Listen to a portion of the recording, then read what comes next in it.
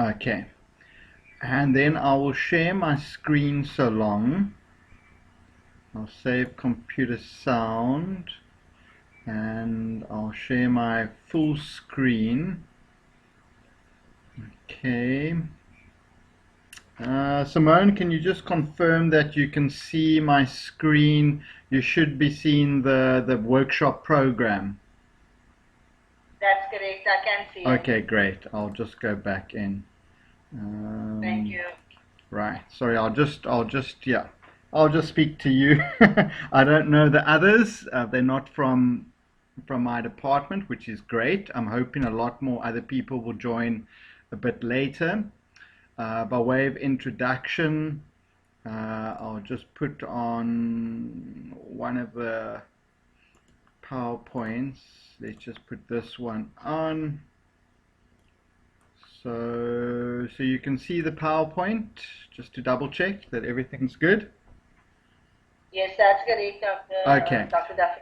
Yes, so I'm Rodney Duffett from the marketing department. I'm associate professor and the research coordinator for that department.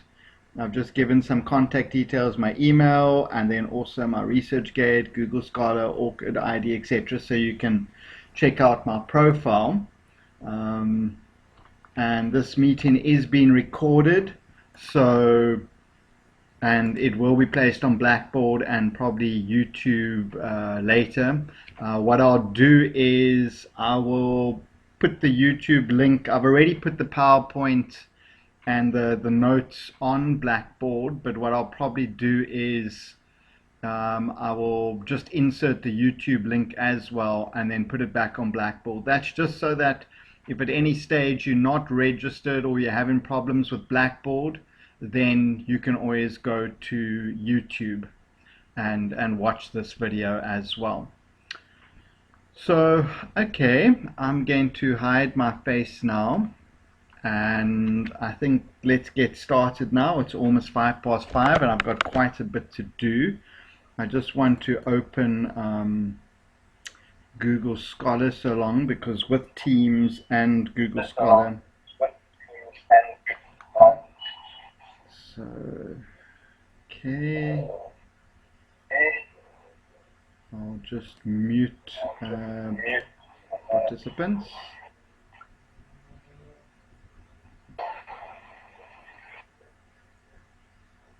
Right, so I'm just waiting for this Google to open because I want it ready, because I'm going to show you a PowerPoint how to search, but I also want to see if the internet's fast enough to be able to do it live, and that's why I just want to open everything up in advance.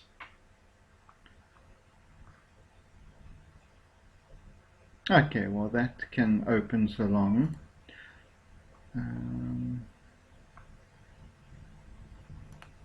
Okay, I'm getting funny messages. Just to check that you can still hear me fine.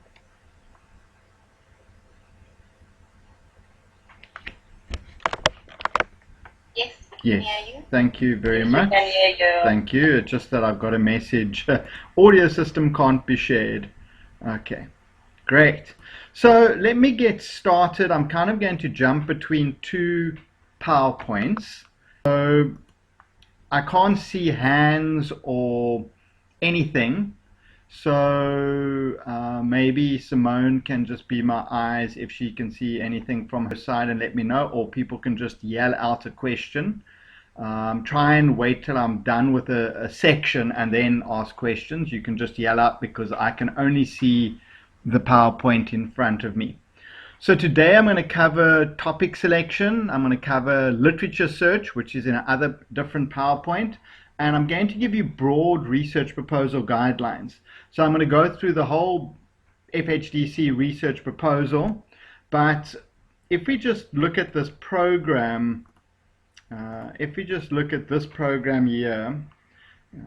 okay, the other workshop, so I'm going through an overview or guidelines for the research proposal, but all of the elements in a research proposal are covered separately in depth. So mine is just sort of a, as I say, a more superficial, but will give you some good quality information. But then you can see that, you know, the survey, research objectives, questions, titles are covered in an entirely whole separate section. And again, another section. Then the literature review is covered in another section. The conceptual framework is covered in another section. A theoretical framework. Then the methodology is covered in a different section. Then the data collection is covered in another section. And then writing, reading, and paraphrasing is covered in another section. So what I'm covering in terms of the proposal is an overview, and in depth the sections will be covered. So I just wanted to point that out to you, that I'm not going to go through. It's just, as I say, an overview of everything. So let's go back to topic selection. So I've introduced myself already. Now, most of you are doing are probably doing a master's degree, with a couple of you looking at a doctorate. So I just wanted to give you, for a generic master's degree, to give context to the proposal and the information in it, just some background towards a master's degree. It will differ from discipline to discipline a bit, but this is sort of generic. So the purpose statement of a master's degree is a research qualification that demonstrates knowledge gained via critical engagement with relevant research, disciplinary practices, so it's specific to a discipline, using an appropriate process of inquiry in an ethical manner.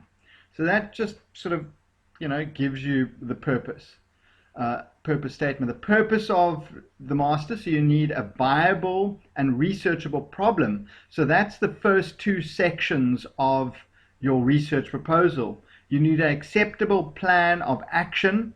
So that will also come out in the proposal, where you need to outline the different elements of it, the different chapters. Have done sufficient preparation to establish the rationale.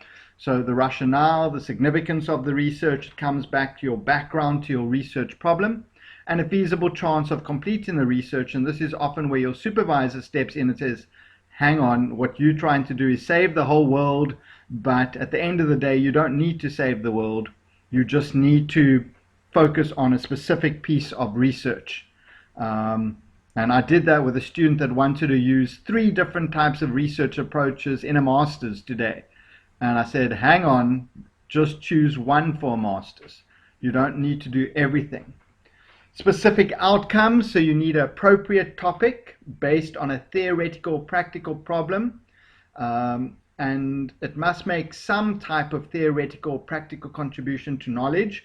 So your research needs to be based on usually a theoretical model, and you need to be able to practically apply that to your discipline or industry.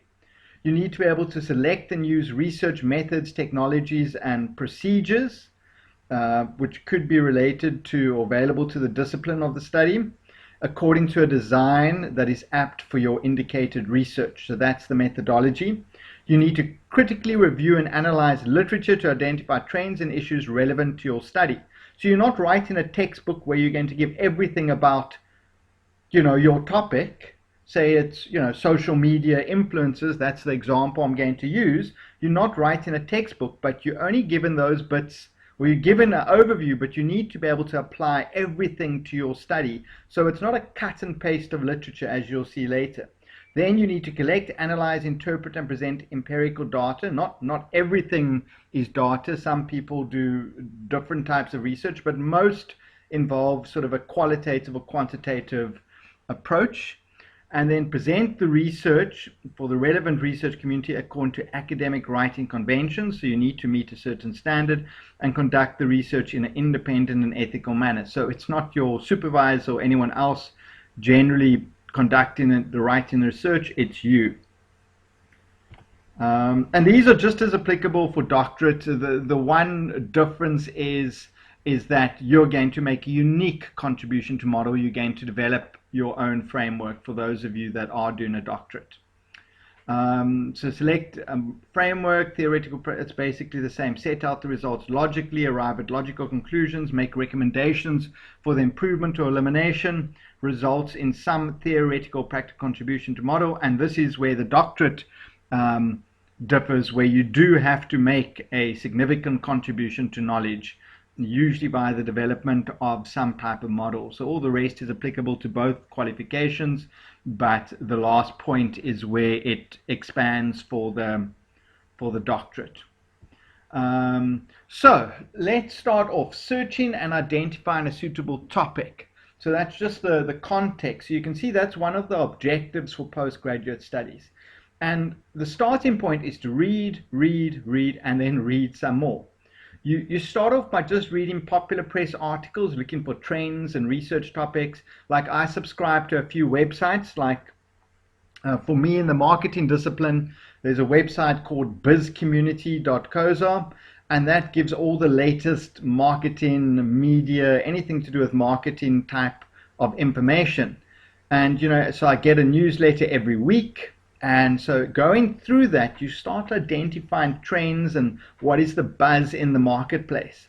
And then that starts giving you ideas. There's another website I subscribe to, and that's emarketer.com, and that covers everything to do with e-marketing. So from social media to internet to mobile apps to artificial intelligence, etc., etc.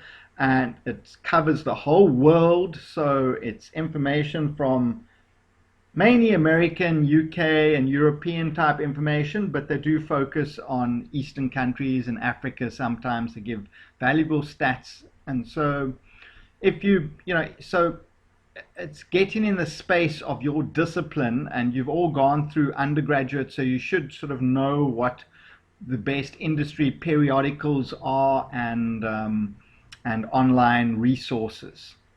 And then once you've got a rough idea of what you want to do, then you need to read academic work. So master's, doctorate theses, even, bachelor theses, journal articles, textbooks.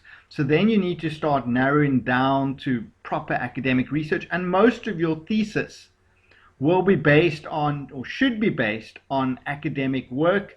Primarily journal articles should be your number one source, though there will be some theses and some textbooks and a lot of online resources as well for the popular press type stuff.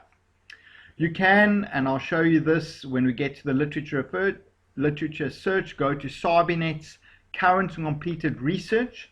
And this shows all the theses in South Africa that have been completed and that people are busy with. And the reason you would go here is so that you don't duplicate someone else's research. And sometimes you could only find this halfway through your study, and then you've wasted a lot of time. So it's important to just check that what you're doing has not been done elsewhere. And then discuss possible research topics or interest with academics, colleagues, students, mentors, just other people to bounce ideas off them so that you can kind of work out what your topic is.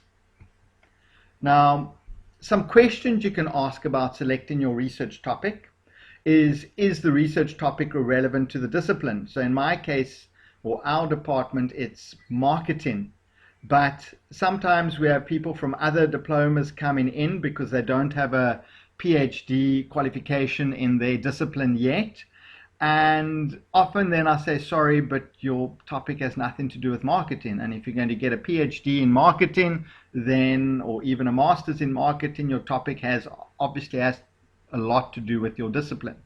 You also need to ask, will the research topic keep you interested for 2 to 5 years? Well, for masters, you have maximum of 4 years to complete now. And for doctorate, I think it's depending on whether you're full-time or part-time, it's around about 5 to 6 years. So, and then will this research topic or trend be relevant in 5 years? Now, you've got to be careful of picking a topic that could disappear before you're done.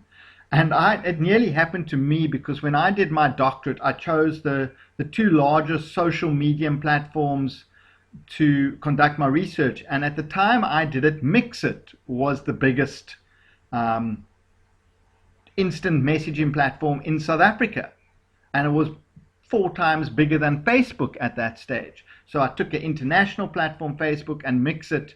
And by the time I finished my doctorate, Mixit also ended then. So I just kind of made it. So be careful of picking something that's too topical and is gone in a year or two's time and is irrelevant by the time you've finished with your studies.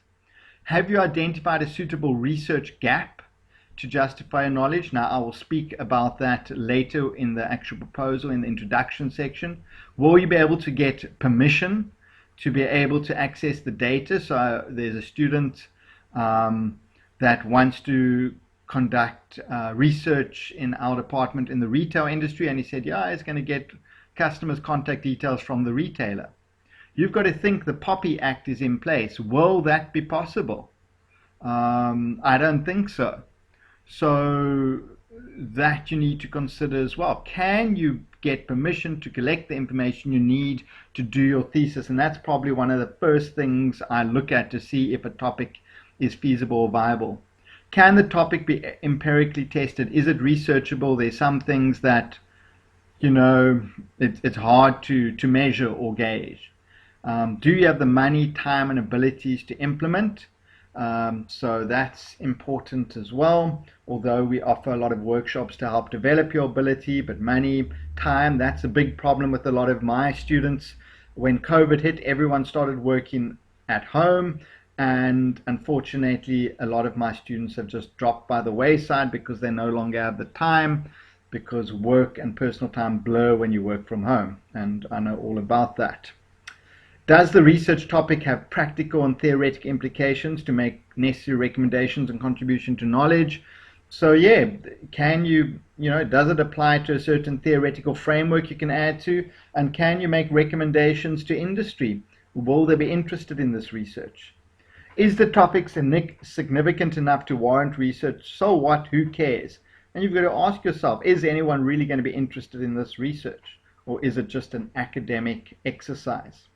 And will the opportunity be missed if the research is not conducted? So that's another question you can ask yourself. So, right, let's just have a sip. Components of a title. So once you have a topic, you need to kind of convert it into a title. So your research should be based on some type of theoretical model or framework. You can't just come up with a topic, and that's what we used to do in the past, and then try and find a theoretical model that fits afterwards. So if you've read extensively academic research, and then you should have a rough idea of which theoretical models these on which the research is based. So say, for example, you've been reading up and you want to do something on social media influencers. So you could use the technology acceptance model, commonly known as TAMS. Then you've got to ask yourself, what's your broad theme? So social media marketing communications, your specific topic. You could be interested in social media influencers, the particular industry, so where you're going to collect the data from. So you may decide, oh, well, I'm actually going to collect this at university. I'm going to focus on millennials or Generation Z. Actually, university students are now Gen Z, they're no longer millennials. So the target group, who are you interested in collecting information to give context, would be Generation Z or students, which is just one branch of Gen Z.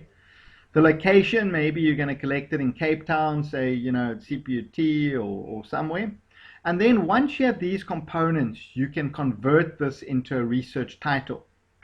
So the example I'm going to use throughout this whole talk is this example: the influence of social media influencers on intention to purchase amongst Generation Z in Cape Town. So important elements. So your specific topic is social media influencers. Intention to purchase would be the end point of your conceptual model, which we'll speak about later. You can't mention all the attitudes that you're looking at, but you need to place maybe the dependent variable of the end point in your title. Then who are you conducting the research amongst, Generation Z, and where you need to give it context, in Cape Town, in South Africa, in the Western Cape. So that's just the pieces of it. Some other elements of the title. Titles generally range from 12 to 15 words. They need to reflect the independent, dependent, and locational variables. So the dependent variable is intention of purchase. The location variable is Cape Town. And then independent would be the social media influences. Do not start a title with a present participle, such as investigating or analyzing. Also attempt to avoid meaningless words as an analysis or an investigation or a study of, because obviously that you're doing a thesis, that's what it is. So you don't need that. Add context, so as I said, e.g. Cape Town. And then I said refer to the electronic thesis and dissertation repository on the CPUT website, as well as SARBINet's current completed research for examples of theses that are completed, or for examples of titles of other theses. And obviously all journal articles serve as examples of titles, because most journal articles emanate from theses at the end of the day. So yeah, those are other elements to help you with the title. Now, before we get into the research proposal part, once you know what you want to research and you're kind of playing around with the title, you need to obviously conduct a literature search. But just before I go to the next PowerPoint, are there any questions at this stage? I know most of you are probably beyond the title stage, but just to check. Okay, no questions. Okay. So let's go to the next PowerPoint, which is, oops, let's just maximize it. Right, which is the CPUT library Excuse me, Prof. David? Yes. Kulani here. Yeah, go Kulani. Sure. In the title itself, how possible it is if the title, can change from time to time, because I've discovered that happening a lot, from the people that did their thesis before, that they will have this specific title where in the beginning of their research, but when they complete the research, the title is not even totally complete, different, but it is different. So is that a doable thing? Yes. Because some of the people will say the title is not, something that will hold you in terms of moving forward, but it's something that can adapt or change throughout your journey of completing your thesis. So is that a viable thing? Is that a thing that one can do or one can focus on or think of? Yeah, a very, very relevant question, Kulani, and you can also lower your hand. Yeah, I can't see your hands when I'm presenting, so you just need to talk out. So that's very relevant. And for my students, when they come and they start, the first thing I do for them is I do a search for them. Exactly what I'm going to show you now. I do a search and I find maybe 50 or 60 journal articles or theses. And so they've given a title in their conceptual paper, but I'm not happy with that usually at all. So I give them a lot of reading to do. I say read and summarize. I don't register the title on HDC Digital yet. I first let them read. We can do the SSA, the Student Supervisor Agreement, but I first get them to read, and then I first get them to develop their concept paper to their research proposal. And only after we've done a good couple of drafts of the research proposal, and then I can see, okay, they've read widely enough, they know what they want to research, their conceptual framework is, and you're going to see all of this in the proposal, is in order, their hypothesis or their research questions are correct and matching their title, then I only go and let them register it on HDC Digital. So I actually delay the registration of the title until the proposal is almost done, so that I know that, okay, this is what they want to do. However, I had a student, for example, that, I was happy with the title, we got ethics done, we did everything, and then I did the statistical analysis for her.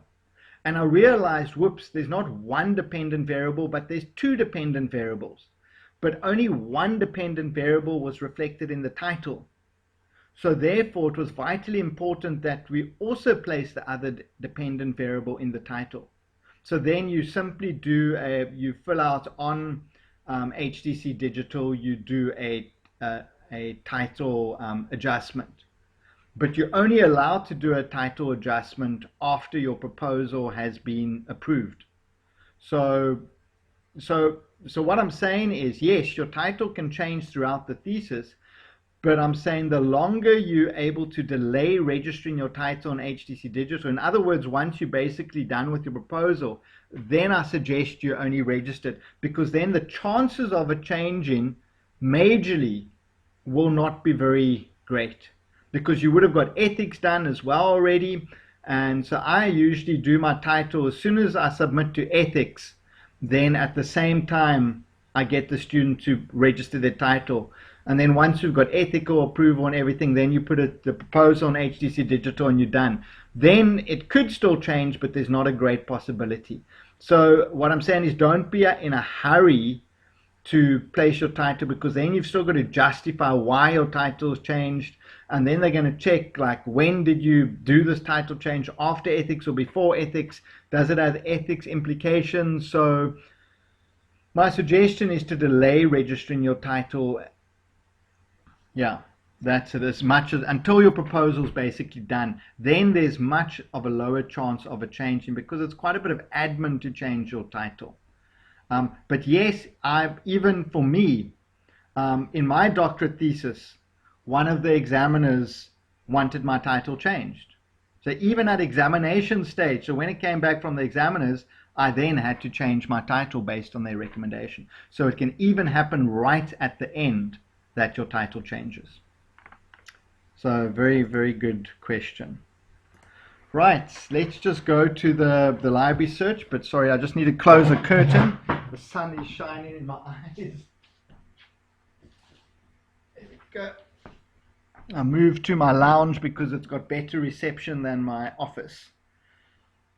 So, CPT library database and literature search, and all my details again. So this is a different PowerPoint, but both of them are on Blackboard. So how do you do a research? You go to, and I'll just go through this PowerPoint, and then we'll see how fast the internet is. Then I'll actually go in and demonstrate some of these things.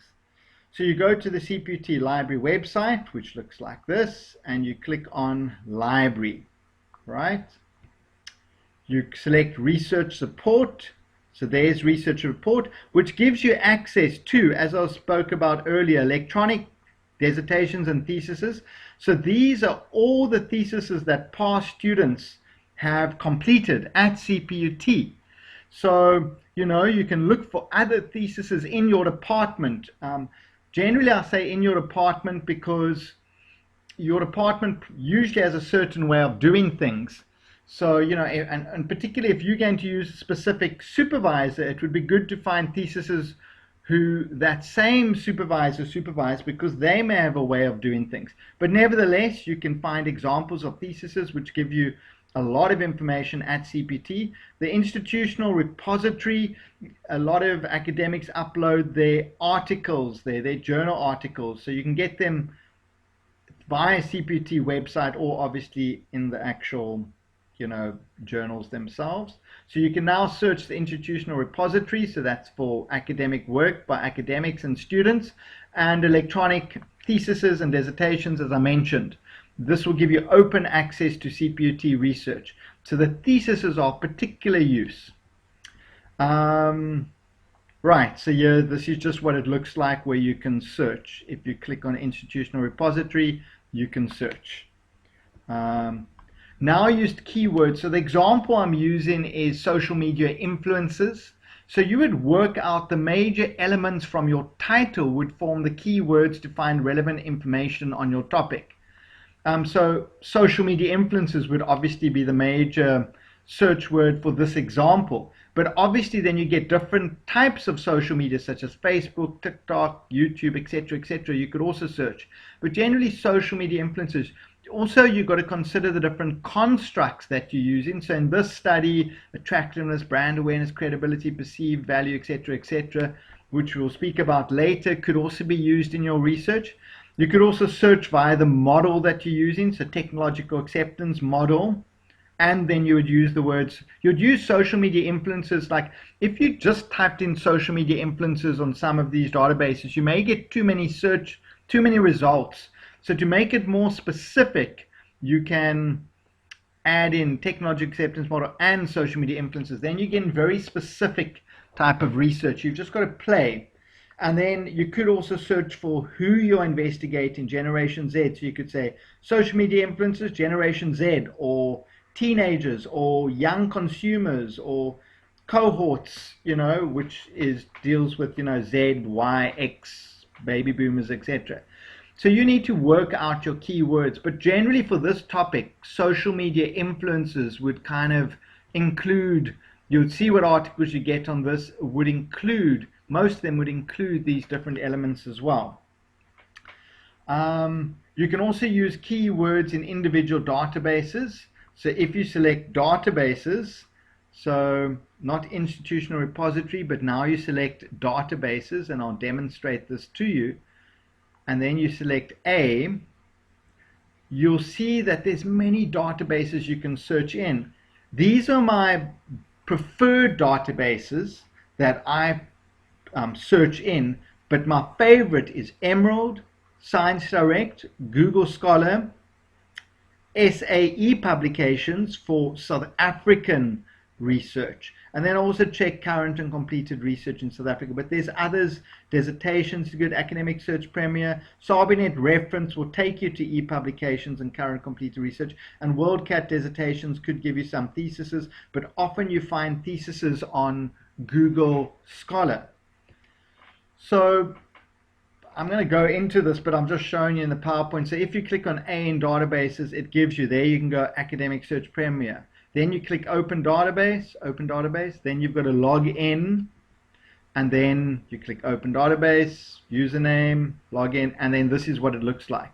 But I usually do an advanced search, and I'm going to show you this now in a moment. And then if you go to current completed research, if you click on it, this is what it looks like. And then you can conduct a search. Okay, here you can search for theses in South Africa. So if you click advanced search, you can search, you can click which fields you want, where you want to search in the abstract, in the title. You can usually submit the date, what years you want to look for. Then if you click on Emerald, you can click advanced search as well. ProQuest, Science Direct is a favorite. You can use the advanced search. Google Scholar is not as good for searching. It's the last site I go to because often it duplicates research and it doesn't let you search in the title. So you put in your term and then you can sort by year. Sabinet, if you click on Sabinet and you click on publications or you click on advanced search, you find South African search. Advanced functions, so use that. I always search in the title, abstract, and or keywords and via year. Because you'll see you generally want recent research. And here's what the advanced search looks like in Science Direct. So I search in the title, abstract, and keywords, and then I put the year time frame. I'll practically demonstrate this afterwards. I'll just go through the PowerPoint. Other tips to find, go to Google Scholar and search or Google and type .pdf at the end. That would give you open access. So if you type social media influencer PDF, this means PDF documents. The search revealed PDF documents which may not be the best quality, but a good starting point. So if I go to just Google and say social media influencer.pdf, here it gives me a whole bunch of articles that I can just download on this topic. Sometimes you can't access articles, so there's an embargo, or if you're not registered, then you can use the Sci-Hub. It looks like quite a dodgy site, but if you type in the article DOI, often it gives you access to an article you could not access. So remember that tip. A lot of articles I can't find, I go there, but sometimes I can't get them there. So this is what it looks like. you type in the title, you click open, see there's your article, which you couldn't access elsewhere. Difficult to access articles. Sometimes Sci-Hub doesn't work a lot of the time. Then you just Google it, and often you can go to take you to ResearchGate or somewhere else. You may find the article available. If you are unregistered, you still have access to CPUT's institutional repository and electronic databases. The reason you access the journal articles through the CPUT website is that CPUT pays a lot of money to reduce the embargo on certain sites. So if you were to go to Science Direct or Emerald Direct, you would not be able to access nearly as many articles as if you went through the CPUT website. But if you're not registered, you can go through the databases, type out the names and DOI numbers of the articles, and then go to Sci-Hub and ResearchGate and see how many articles there you're able to get access. And yeah, if you're unregistered, you can add that of PDF, and lastly Google. Yeah. Also search popular press articles. So from a marketing context, like we often use BizCommunity, eMarketer, Memburn, News24, IOL, BizCommunity. You know, Wikipedia is not good for a source, but if you just want to find out information, you can get a good overview and then look at the sources they cited and use those sources. You can go to business magazines as well. Most of you, I assume, are doing some type of business, so they provide information. And you can just Google in general for the latest stats and those type of figures. So let me just actually now go. So if you want to search now, let's just go in. Let's go to cput.ac.za and just give you a practical example. Hopefully the internet's fast enough. And so now you want to go in. Let's just wait for this content to load. So you click on library.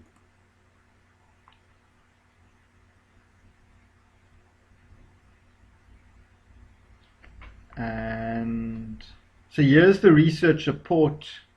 If you want electronic databases, the institutional repository for articles, you can search this. It's for free, but I generally, go to databases, and now you can choose where you want to search. So if you just click A, it's going to allow you to scroll through all of them. And so let's just say I go to Emerald. Okay, then you click Open Database.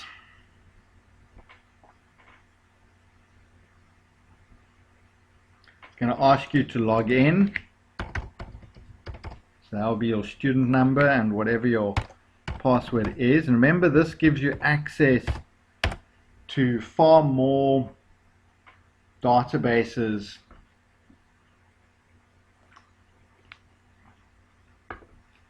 Right, let's just accept the cookies and delete them later. And then now you can start searching. So you click Advanced Search. Advanced Search. Now you can choose, so let's just say we want to look at social media influencers, and we'll just copy this.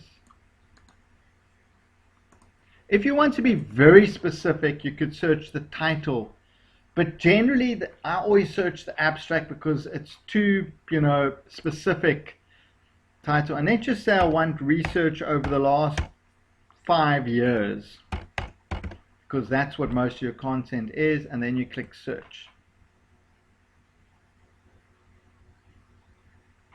And here you can see there's 100 results. So there's a lot of results to plow through, and then you've got to look through and see what's relevant. Descriptive evidences. So you've got to plow through a lot of results, but you could then go more specific, and let's just say, well, there's too much for me initially. Let's just go to the title and click search.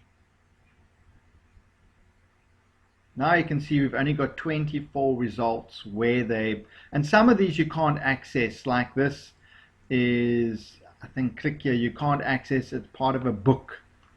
But this you can. Millennials, user intention, travel, the moderating role, of social media influence and behavior. So that's relevant. You can download. I want to access trendy. So there's lots. So now you can download the articles that you want. And you can change your searching terms as well. So say you want to say social media amongst with the word, let's just see, Generation Z. And now we go back to the abstract because there's no hope of finding that in the title. And we click search. And there's 4 articles: exploring ethical consumption, Generation Z, planned behavior. Look at that. Generation Z in Pakistan. Social media influences as human, somewhere in the abstract there's going to be young consumers motivational barriers. So you see how you can play around with your search. Maybe, you go back and you want to consider your model. And this is just one of many databases. Maybe you want to search if there's anything on the TAM model.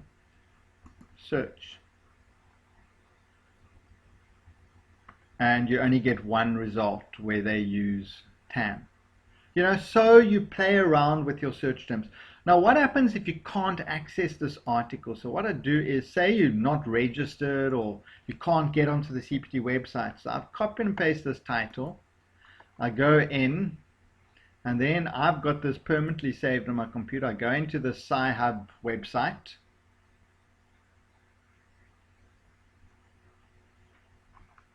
We'll just wait for it to open. And then I simply just cut and paste the title in. All the DOI, so you'll see if I click view detail and summary of this article, they'll give you the DOI somewhere there. That's the DOI. Obviously you've got to take out the CPT, but this 10, 11, that number you could plug in as well. 10 onwards. But I plug it in and I click open, and let's see if it finds it or not. No, that means if it gives you that type of thing, it means you won't find it. Let's just go back to the search function. If it gives you that type of error, then, and let's just say social media influencers, search. Let's take another one. Let's say this one, understanding relationships. Say you can't access it here. Let's see if Sci-Hub will find this one. Doesn't work for all articles, but there you go. So it works for this one. You may have not been able to have accessed it, particularly for Science Direct, and when you're searching Google Scholar, a lot of the articles you can't access. I know Taylor and Francis, if you search for their articles, you find them here, MDPI and a lot of other publishers. And your article will appear here. Yeah. So remember this little tip, it is in the PowerPoint. Okay, but I'm not going to wait for all of this to open. There you go, there's your article, and you can download it. So that's a good tip for when you can't. So just write down the titles or cut and paste their DOI number and the article separately, and then after you've searched and downloaded everything you can do, you can go into Sci-Hub and see which you can't find. If you can't get it through Sci-Hub, then you just go to Google and you search, or you go to ResearchGate and you search, for articles as well. If you go to ResearchGate, I don't know how many of you use ResearchGate, but it's sort of like a social media platform for academics and researchers. Just taking its while to open. So that's what ResearchGate looks like, and maybe you cut and paste this title in here that you were looking for, and there it is. It actually is on ResearchGate, and full text is available. You can download it from ResearchGate as well, and it will give you other related articles. Social media role, also full text available. Sometimes you have to request it, so that's another option. And then just Google Scholar in general is another place where you can just Google, you can just search. If I just go back here, I just want to show that one that's more difficult to search is Google Scholar because it's the one that doesn't give you an advanced search option. I'll just go back. So if you go to Google Scholar, we open database. It doesn't. So say we go social media influencers. You know, you're going to get zillions of hits. There you go. What are social media influencers? And then you can see that text is available on PDF. But it's an Elsevier, it's Science Direct, so you should pick it there, the impact. But now, so that's an old article, so you could say, click since 2022. Then it will give you the most recent one. So here they have the impact of social media influencers on travel decisions, but it's a Taylor and Francis, but it's not making it available. You know, it's available when it gives you some, like this MDPI, you can download it, but this you can't. You could click and it probably won't let you, and then that's when you go, okay, I can't get that article. Let's just go to Sci-Hub again. Let's just plug it in. It's a 2022 article that's like gold for your research, and let's see if it is available on Sci-Hub. And it is. So you can download this article. Wow, there you go. Okay, so we won't wait for it to open. So you can search here since 2021, and then obviously you can be more specific on Google Scholar, because Google Scholar searches all the other publishers' websites. So they search Taylor and Francis, Sage, Emerald, all of them. But I prefer to search those sites individually and then come here, and then, because the quality in Google Scholar is not always the best. Also, though, you do pick up some theses as well on your topic on Google Scholar, but it searches everywhere. So that's the last site I search.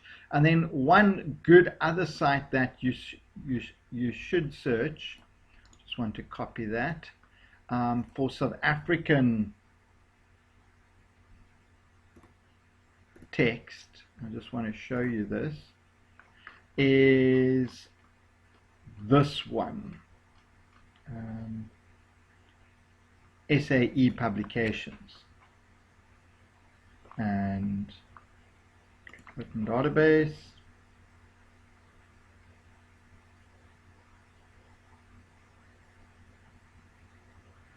and we just reject all of their cookies. We go to advanced search. Always use that if you can. Just Google Scholar doesn't have it, and now we can.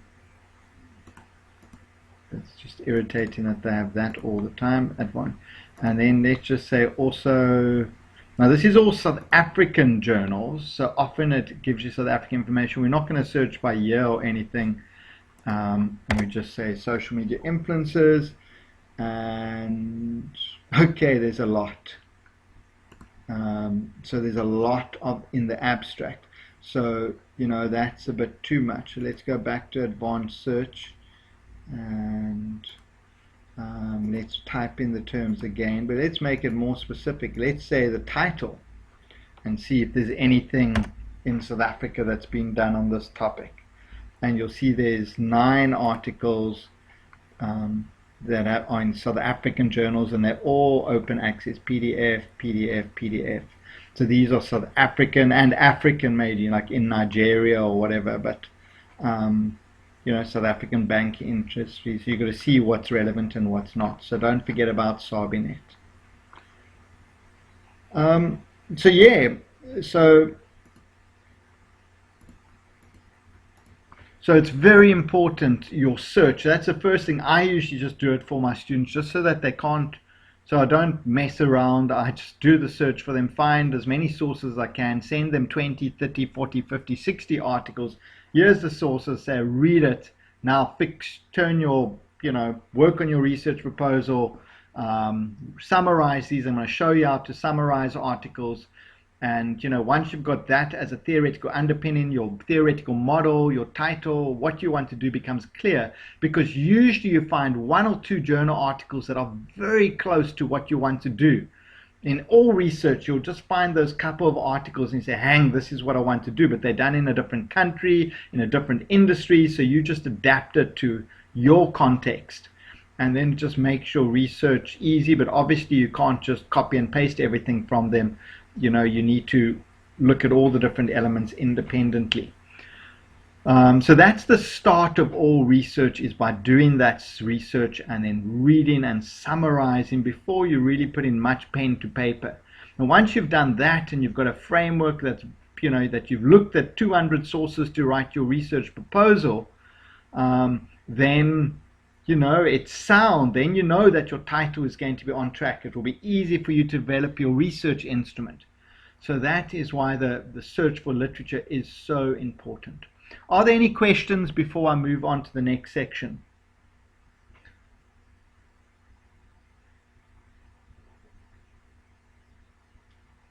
Yes, go ahead, Lynn. Good afternoon, colleagues. Thank you, Dr. Duffett. I know that probably most of the students or candidates are not registered yet, but I just wanted to add, once you have registered, if you are a registered master's or doctoral student, the other option that is available via CPUT libraries is the interlibrary loan services, and that is specifically for access to full text. So if nothing works, none of the options provides you with access to the full text, then that is the other option that one has, is to go via the CPUT libraries. The faculty librarians can assist with that. Yes. And the interlibrary loan service, how it works is that universities have this an agreement, and we share resources, and so through interlibrary loans, that is how we go about finding a university library that has access, and it can then be requested that way. So I just wanted to add that as well. Yes. Thank you very much. I know I used that service when I was doing my doctorate, particularly when you want to access theses and from other universities. And that was what I used it for. But also your faculty librarians are, if you can't access something, they may well be able to access it for you somewhere as well. So never forget about your faculty librarians. Ours is Zuleika Davids, who's extremely helpful. I have a very close relationship with her, and I worked closely with her since Pentec days, so for over 20 years already. And so, yeah, don't forget about them. Don't forget about the services they can offer for the sources that you sometimes can't access. Yes, Lynn? Yes, I should thank you for that. I just want to also add about the completed thesis, because sometimes it's very confusing when you are searching the current and completed database, that one gets the citation but not the full text, and one actually needs to access it via that university's institutional repository, because most universities now have the institutional repository, and that is where it will be accessed. So that is just sometimes when you're starting out and you're new at this, it becomes confusing when you are searching a database and now suddenly you are unable to access the full text. It means that one needs to then and you get that information via that completed and current research database, but one then actually needs to go to the university and access the full text via that institutional repository. Yes. So it's a little bit of a longer route, but that is actually how one, and sometimes it becomes even more complex, because not every university names it institutional repository. They also have other names.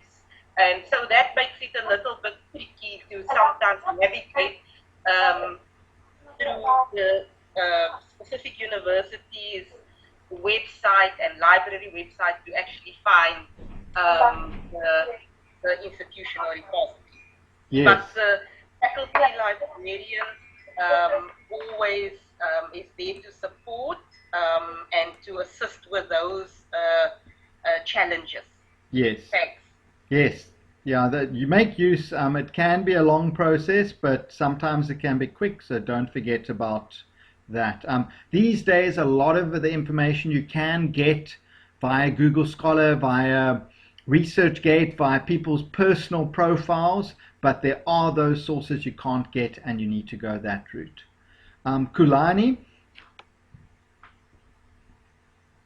Thanks once again, Prof. David. I'm not sure if you cover this in your presentation, but my question is in two folds.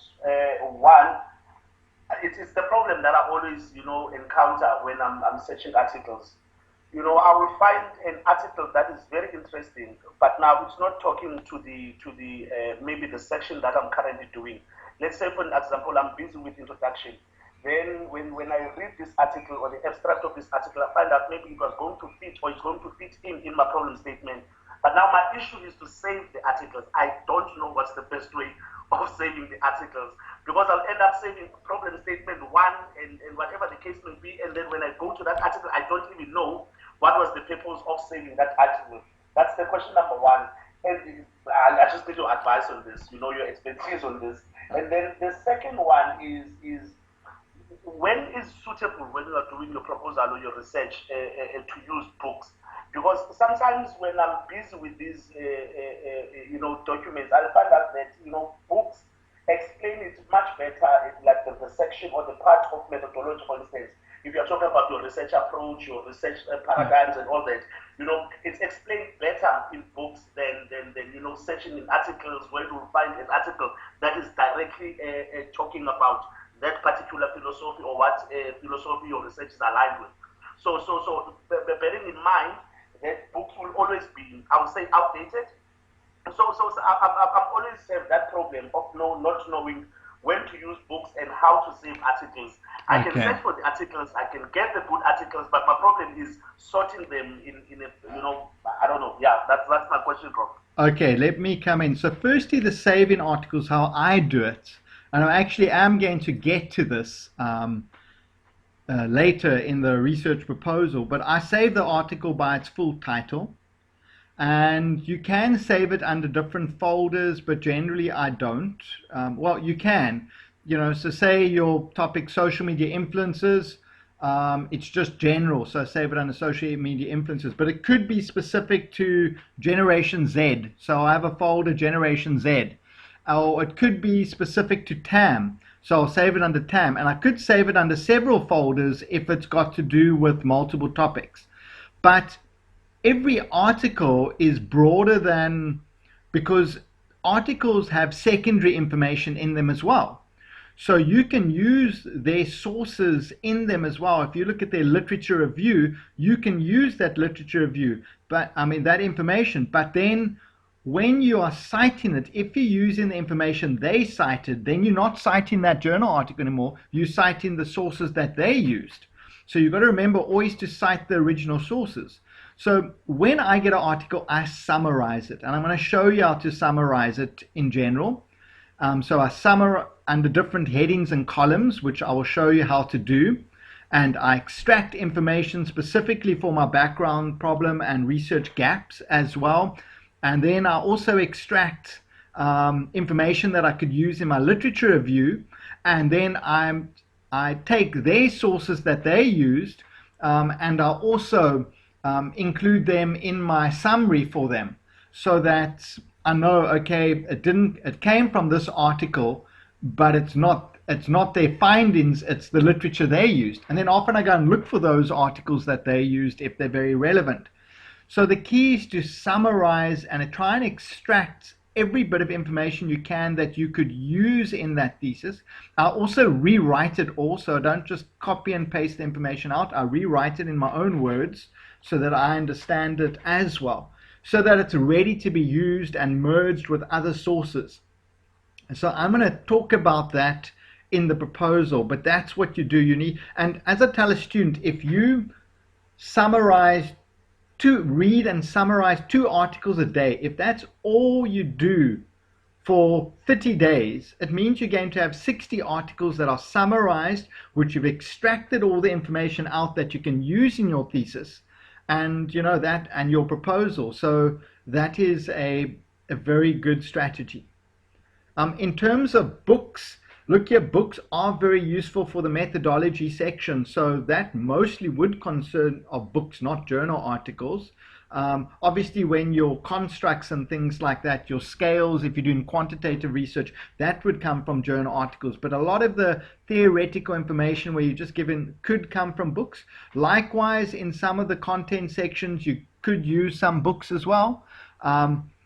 So you can use books, but a majority of your sources generally are academic journal articles for, in your discussion and in your literature. It is a mixture between books and academic journal articles. Your methodology is the one section where books will dominate, but nowhere else. So there's not a problem with using books. There's a lot of e-books you can search. Like if you search social media influencer free textbook, do that for your topic. You'll be amazed at how many free online textbooks you can find as well. So that's another strategy to consider, is searching for free books and look for recent books. As again, I'm going to talk, you don't want too many sources that are older than 5 years, but we'll talk about that later as well. So you can use that. I think that should have answered your questions, but we'll come back to the first question when we're going through the proposal. Great, Kulani. Andre? Professor David, it's not important. I just wanted to know whether the session is being recorded, because I've been listening to you and especially Lynn as well with regards to some of the yes, the content, and I was hoping that the recording would be there so that we can just go back to it and yes. just, when we need to. Okay. It's been recorded, and I'll put it on Blackboard after the meeting. Lynn. Thank you very much. Great, Andre. Lynn? Thank you. I just wanted to add another to the discussion on literature searching, and specifically the methodology section. There is a useful database on the list by CPUT libraries, and it's called Sage Research Methods. Here's another one. It's a database that actually stores a lot of research methodology, electronic books, and so you could extract chapters on various data collection methods, for example, or your sampling methods. So it's quite useful. There's even a feature that helps you with the concept map that will also be quite useful when starting out on specifically the research methodology section. Yes, thank you for that, Lynn. Here's another useful guide. If you go to libguides.library, Research Support Methodology Textbook. So if I just go to the home page of this, this is the Research Support Guide specifically for postgraduate students. And it gives you all the research support services that are offered, and gives you literature review processes as well, with books and recent acquisitions. It gives you referencing and plagiarism.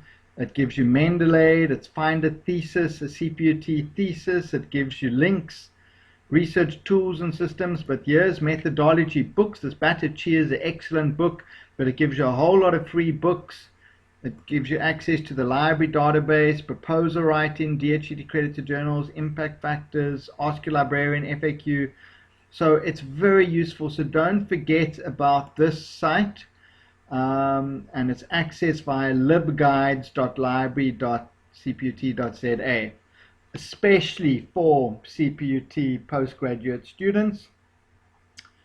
Bill Parker here can assist you as well, and so it's got lots of extra resources here. So I just thought I would share that with you as well. Right, so that's Andre to old hand. You can lower your hand. um, so now we go into the next part. It's already after 6, so we will run over time. We'll probably end up going to 7. But if you need to go somewhere, please know that this is being recorded. We'll just check that it's still being recorded. Here's my little thing. Yeah, it's still being recorded. There we go. Because I can't record it via Teams because I don't have access. I wasn't the creator of the Teams meeting. But I'm recording it via screen record software. Yeah. So let's go to the next part, and we'll come back to Kulani's question as well. And so that's the library search. So let's go to, we've covered topic selection. Now we actually go to the thesis. But before I do that, let's just open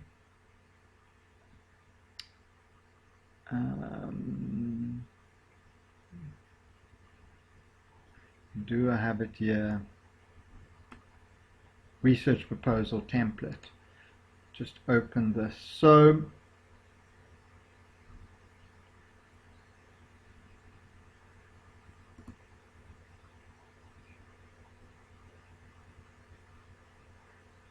you know that there's this template that we use, and it is on the CPUT Blackboard site, and your supervisors will have it, with your name, your title, so your introduction, your problem statement. They really restrict you for length in this, but when my students start, I don't restrict them to length. I say knock yourself out, this can be 3 pages if you want. And then we narrow it down later. We get them to rewrite it and rewrite it. So they start off with 3 pages, and after they've rewritten it twice, it's then 1 page, but far richer. So if you plan to write 1 page initially, it's not going to be nearly as strong as if you write 3 pages and then reduce it down to 1 page. It's going to provide much richer data. So I let my students, and I'll show you an example of how long the student is, and then we reduce it afterwards to make it, because I want my students to read widely first. So I don't mind if it's 5 pages to start off with, and then we narrow it down, and when we submit to ethics, then we have it 1 page. But I know they've read widely enough. And your problem statement, rationale, aims and objectives. So remember this research question of hypothesis. Theoretical underpin and theoretical framework is a new section. Although my students always included it, they generally included it in 2 places, after the method, or before the methodology usually. And theoretical framework was in the literature review, but now they've got a specific section for this. Literature review, definition of terms, your methodology really, demarcation, which I should believe should come after methodology, sampling, data analysis, ethical, outline of thesis, research plan, limitations of your research, reference list, and then your summary at the end. So remember, this is basically what I am covering in the proposal. I'm giving you a very broad overview. Remember, each of these sections will be covered. So, there's going to be a full hour-and-a-half section on the introduction and problem statement, and a full session on the aims and questions. So I'm just giving you an overview using a practical example to illustrate. And then other lecturers and professors and doctors will go through each of these sections in a separate section. So I just wanted you to keep in mind, so the headings pretty much are in line with this document. Okay. And let's just close as many things as I can, just so that I get a bit more speed. I don't fry this poor laptop's brain. So the introduction, or also known as the background to the research problem, is after your title, is one of the most important sections of your proposal. That with the problem statement, your aims and objectives are really vital. Everything just flows from that afterwards. So this lays the groundwork and cites the origin of your problem. It provides an overview of background information of all the different research variables. It's also the context. It gives the area of concern, and also indicates why is this a researchable problem? Why should this research be done? Is it feasible?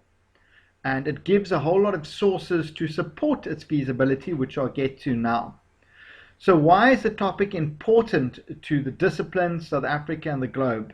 So typically, so you firstly provide background information. So you, in the example, I just want to see, yeah, in the example, I would firstly say, okay, social media is, I'd provide background information about social media. That's in the title, is growing. Social media marketing communications is growing, especially during COVID. A lot of people have switched to digital platforms, and it's slowly digital marketing is replacing traditional advertising. And I'll give stats and figures in South Africa and the world, how many people are using social media.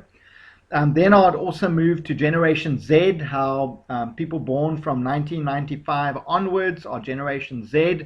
So many have now finished varsity and starting to earn. They're the biggest cohort in the world. Their spending power is increasing, and these people are digital mavens. In other words, they spend a lot of time on social media, and they are totally afraid of buying online. They follow a lot of people online, and they are the biggest followers of influencers, particularly celebrity influencers on social media. So I give the background, the context of the study. And then, so that you talk about it, and a lot of that comes from just popular press sources, the internet, as well as some journal articles. So you start off by just giving the overview of a topic and all the variables in your title. Then you need to move on. Well, why is this a researchable problem? So then the next step is to do a search. So you go and search on SAE publications, and you find, well, there's not that much on the aspect of social media influencers that you want to research. So you can say a search on, the databases for South Africa revealed few South African studies that focus on this topic. However, globally, there are many more that focus on these aspects, yet they do not exactly concentrate on intention to purchase or whatever you're looking at using the TAM model. So that is sort of identifying some gaps. You could also say that it's fast growing. So influencers are growing in popularity. More and more people are using influencers, and increasing usage amongst, as I already said, so Generation Z are using this extensively. So you're painting a picture.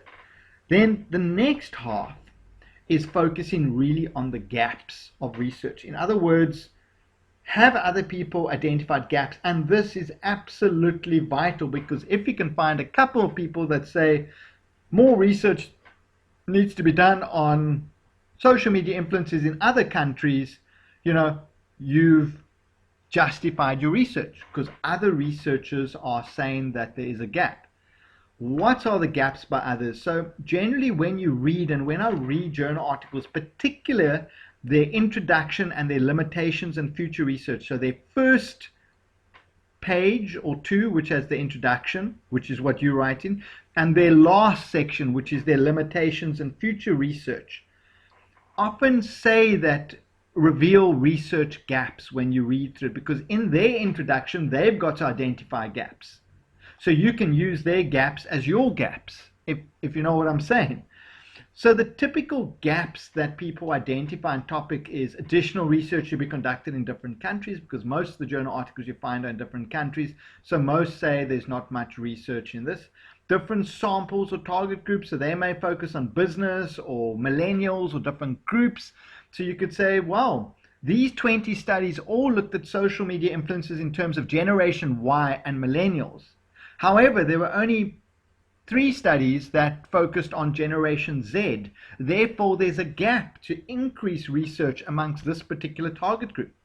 Different industries and institutions, so depending on your topic, you could focus on a specific industry where the research wasn't conducted for, or institutions. Different research approaches. You could find that most of the research you're finding is qualitative, and therefore you're going to take their qualitative research and turn it into a quantitative approach, or vice versa. You could, like, a lot of the sample sizes could be quite small. And so a lot of the researchers say that there should be bigger or more representative sample sizes. So that could be a gap for you. Different platforms. So for example, social media influences your topic, but your topic could be more specific. So I've got a student that's looking at Instagram influences.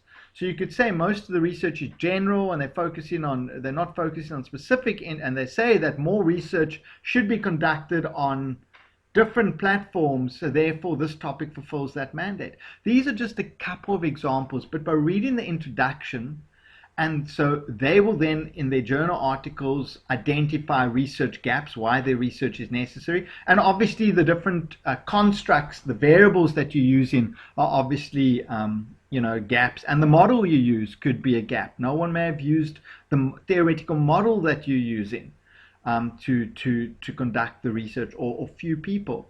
So but reading their introductions and limitations and sort of summarizing these, making a list. These studies say different countries should be, these studies looked at, when you summarize each article, you say who is their target group. And so if you've summarized 50 articles, it's easy to sort and say, okay, these articles looked at this target group, these articles looked at that, but there's a gap to conduct in this target group. So when you summarize journal articles, particularly on Kulani's question, you need to consider what are the gaps in research they're identifying, and in their limitations, they're saying these are the limitations of a research. So any of those limitations you fulfill in your research, you are fulfilling that gap. So in summarizing journal articles for all of you, the biggest thing is to identify a lot of gaps, because if you have like 20, 30 people saying, revealing gaps that you can use, then it makes why your research necessary much stronger. Also, as I say, they often they say in the limitation, more research is necessary, so they mandate. So that's after the gaps. You could say these studies said more research is necessary in these areas. So therefore, we are conducting research in this area. Then no one can ever refute your research, because you have justified it based on what other people say. Also, if you go to the CPT site, or you go to WorldCat dissertations and you find some theses, their chapter 1 will give a similar type of information. They will also have a what's called a background to the research problem, or introduction, that will give the similar information. End the section. So once you've done writing your background to your research problem, end the section saying what the main aim of your study is based on these gaps. So don't just end it to say, hence, based on these research gaps, this study will consider social media influences on Generation Y in South Africa, a developing country, focusing on these constructs and this model, which has not been extensively used. So you justify. And this section could have 40, 50 sections, and yet I get students giving me the whole background to the research, looking at 5 sources. And I'm saying, that's why I send them 40, 50 sources afterwards and say, read. If you read the introduction, you summarize the introduction from each article that I've sent you, you will cite it somewhere in that first section. As I said, don't worry about the length yet. When I get students to write the proposal, they're not writing for the proposal, they're writing for their thesis already. Then we just summarize it for the proposal that goes to ethics, but then they've got all the information they need for their thesis, and they just add to it. Are there any questions on this section before I move on? You're all good. Okay. Yeah, maybe let's just get moving a bit. So the problem statement, or statement of research, is the next section. So this is the heart of the research and describes the problem. What is the problem? The context of the problem. Is it a theoretical problem, a practical problem? So it's a certain model you want to adapt, or is it something from industry? What is the extent of the problem? Why is the problem important? Have other authors identified this problem? So that's research gaps. If already researched, what are the gaps? Now, in this section, I generally use a lot of multiple in-text referencing and say, A number of studies suggested that research should be conducted in different countries, in brackets, and then in developing countries, open brackets. And here I could reference 20, 30 sources. Whereas in the problem statement, I focus on individual sources and say, hence, this study specifically said that lots more research should be conducted on this topic in Africa. So then I narrow it down.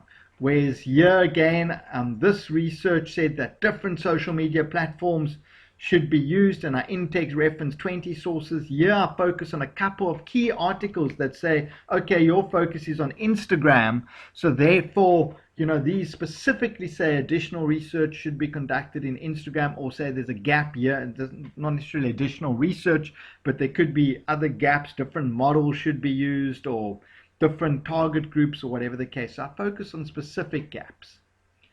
And so once you've written your it's much shorter than the background to the research problem, and you're really just fleshing out. So once your problem, so yours is the influence of social media on intention of purchase. So that problem specifically is that the technological acceptance model hasn't really been used very much to explore social media influences, but it is relevant to people adopting new technology and people that influence them on that technology.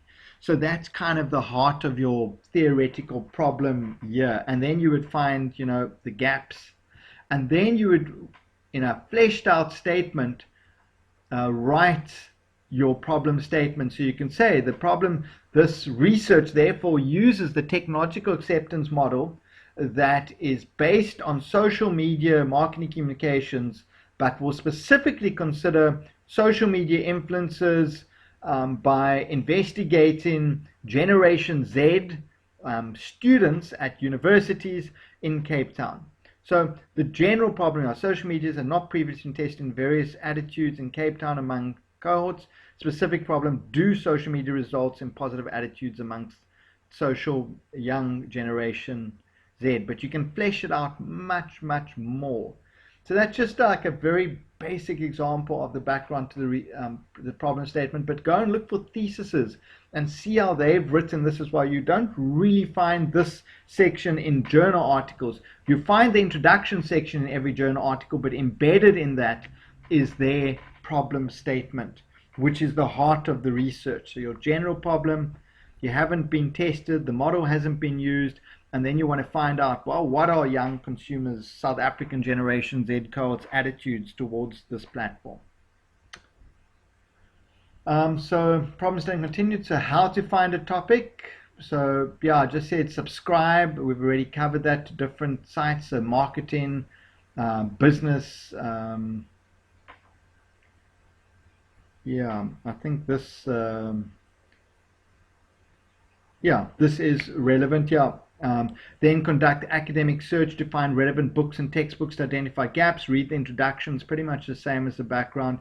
Chapter 1, and you could have 20 to 30 sources here, because here you're more focusing on individual sources, individual gaps, and your specific focus of the research. So it's much more specific than your background to your research problem. But as I say, these two sections, there will be a full 1.5 hour section, and they may give you different views on this. So this is just an overview. Rationale, significance, and expected outcomes. Again, you'll draw a lot of this information from your background to your research problem, your background reading, but basically you need to indicate the significance of the research. Why is it important? So what if you conduct this study? How will it make original contribution, specifically for a doctorate study, but how will it add to existing knowledge and existing practices? So you kind of already need to know what theoretical model you're using when you do this section, and who might benefit from this, so it'll be online advertisers for this topic. Identify who might benefit. Yeah, social groups, industry, government. Does the research contribute to the body of knowledge? Will the proposed research promote further investigation across other fields? What are the expected outcomes? What do you expect to find? You should have an idea. Most people, when they start the research, they more or less already know what they should be finding, because if you've read wide enough, you pretty much should be in agreement with most of the other studies. So you can say the expected outcomes, we expect generally positive attitudes amongst this young group that uses social media extensively, so they'll be generally positively influenced by social media influencers, which has big implications for companies who could use this platform to target them. So you'd be given that. Yeah, so what are the expected results, outcomes, and contributions? Yeah, so you say, hence you want to add to the technological acceptance model by considering influences, because this is not, this model is irrelevant to this particular topic as well. Then you get your aims and objectives. So you need to clarify your aims and objectives in respect to your problem statement. So the aim is a broad statement of what the study intends to accomplish. The objectives are more specific, achievable, outcome-based intentions. They're more concise. Words such as discover, determine, evaluate, ascertain, explore, examine are generally used as objectives, and all objectives should help achieve the research aim, which must be in alignment, and the research objectives are usually divided into a primary and then secondary objectives. And I'll give you an example. So here's an example. I just want to go, And the research objective, so your research title must be directly linked to your research objectives and aims, which must be directly reflected by your research objectives, which must be reflected in your conceptual framework, which then must be reflected in your research instrument. So if I look at your questionnaire or interview guide, I need to see that if respondents complete that, it will therefore answer my research questions and objectives, and it will be helping create my conceptual framework. So you'll see this from the example that I've given you in this. So you know what your title is already. So the aim, you can say, of this study is to consider Generation Z's attitudes due to influences used in social media marketing communications. The attitudes include, and then you list the attitudes that you're going to consider. Then you would say the primary objective is to determine the influence of social media influencers on, and you list the attitudes among Gen Z in Cape Town. The secondary objectives are to examine the influence of social media influencers on Gen Z's intention to purchase. So he's focusing specifically, that's the dependent variable, to assess if usage factors have an influence on intention to purchase, to explore whether demographic factors have an influence. So you know in your questionnaire, you're going to have all of these constructs. You know that you're going to have usage factors in your questionnaire, and you know that you're going to have demographic factors in your questionnaire. And I will actually show you what the questionnaire looks like, just to show you the alignment between the title, the aim, the objectives, and primary and secondary objectives. Then your research questions should be fully aligned to your research objectives, unambiguous, explicit. The research questions should be divided into primary and secondary objectives. The research question is essentially a reformation of the research problem. The primary research is linked to the research problem. The secondary research is linked to the primary research question. Yet each secondary question should be researchable on its own, if that makes sense. So basically, you're going to rewrite your primary research objective and secondary research objectives. Instead of as an objective, you're going to write it as a question. So this is to determine the influence. This is what influence do social medias have on these attitudes. This is to examine the influence of social media on Gen Z's intention to purchase. This is, do social media influences have an effect? And then, do usage factors have an influence, and do demographic factors have an influence? Whereas here was to assess, to explore. So they need to be mirrored in the research questions. Okay, very important. And these questions, if you answer the questionnaire, should become apparent. Then you have your hypothesis, which a lot of studies don't have, depending on the type of study, particularly at masters. But all of my master students that do quantitative research have hypothesis generally. It predicts the relationship between variables. So it's only if you're going to look at the relationship between different variables that you will have a hypothesis. And the assumption is made up front. It needs to be clear and testable. Generally, one does not have both research questions and hypothesis, but no, you can have both. Most of my students do have, but you could just have hypothesis. But if you've got research objectives, you can have research questions and hypothesis. So here's, based on this example and the attitude, you could say attractiveness has a positive influence on perceived usefulness. Trust has a favorable influence on perceived ease of use. Perceived ease of use has a positive influence on perceived usefulness, etc., etc. And these relationships would have emanated from a theoretical model, and how you are going to look at that theoretical model would become your conceptual framework, which I'm going to illustrate. So each of these hypotheses would also need to be justified via literature. So you would need to find other studies that have also looked at these associations, maybe not for social media influencers, but maybe for other digital platforms or other related research. And you would need to justify these via research. I'm going to sort of show you how everything links now. So let's just move on. So it's very important that there's full alignment between the research title, the introduction and background to research, the problem statement, the objectives, and questions. And I just say refer to the illustrative example.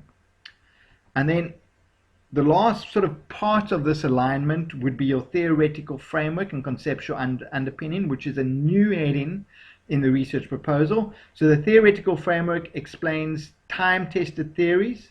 It frames the study by identifying key theories and concepts that underpin the study. It considers prior research findings of the phenomenon under investigation. Stated differently, the theoretical framework provides background information that must emanate from the theoretical model. The discourse should explain the how and why, and the narrative must show where it has been used, by who it's been used, and a summary of their findings. So you in this example, and the headings that the student would have in their conceptual paper, they would then discuss the technological acceptance model. See, I've left off a bracket here. So they would say what the technological acceptance model is, and then they would cite a whole number of other sources that have also used this model to look at social media influences, if they have, or other social media marketing communications. And then the TAM attitude, the constructs used in the model, you would need to describe each of these, what it is, and other people that have conducted this research. And you would need to in-text reference it. So these are the constructs from your objectives. So you can see how the objectives are all linking to this model. And then your conceptual framework is the researcher's own position in terms of the theoretical framework. So the research problem gives direction by illustrating what the researcher expects to find through the research. The relevant variables he's going to investigate, outlines the hypothesis, which we've already covered, shows how the variables relate to each other. The framework can be written and in visual format, but generally it is in both, because the hypotheses are explained before, and here is an example of the framework. I just want to turn on a light.